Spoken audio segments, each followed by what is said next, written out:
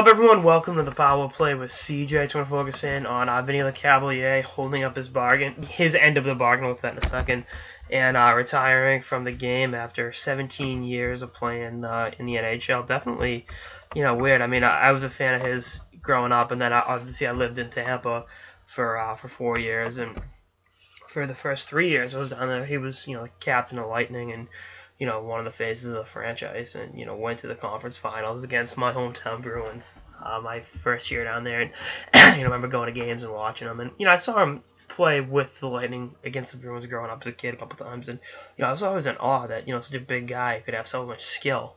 And I know the fact he was supposed to be John Beliveau and the Michael Jordan of hockey, definitely a it kind of set him up. I don't want to say set him up for failure, but it raised the expectations unfairly high on him.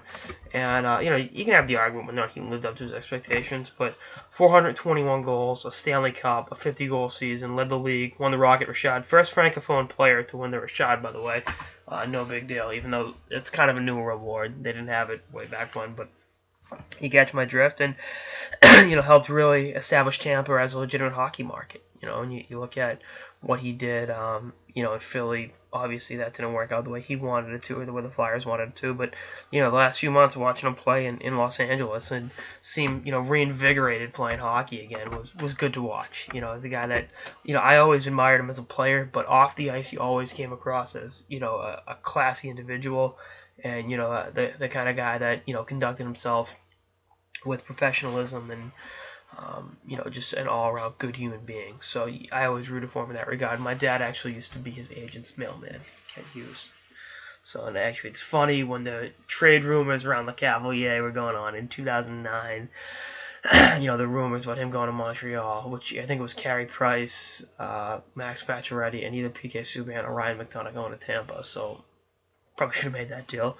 Ken Hughes, my dad asked him about it. My dad's obviously a huge hockey fan. And Hughes told him it was all going on the All-Star week. Hughes told him ahead of time, he's not waiving his no trade clause. He's not going to Montreal. So if the power play existed back then, I would have broken that scoop. No big deal. I don't know why I've been saying that as I come across like a douche when I say it, but again, I'm gonna miss watching him play. I got his jersey in my closet over there. I can see it, the number 4, and definitely pour out some beers for Vinny. And the other thing was, so the deal with him going to LA was he'd retire at the end of the year. That's why they went, made the deal with Philly and, got him out of that situation. It worked out for both teams.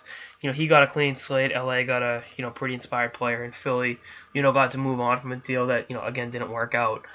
And, as he played well down the stretch, people were like, oh, maybe he won't retire. Maybe he won't retire. And it was like, no, he's a man of his word. He wasn't going to go back on what he said to, Luc Robitaille and Dean Lombardi and guys like that. So, it's not surprising that he's...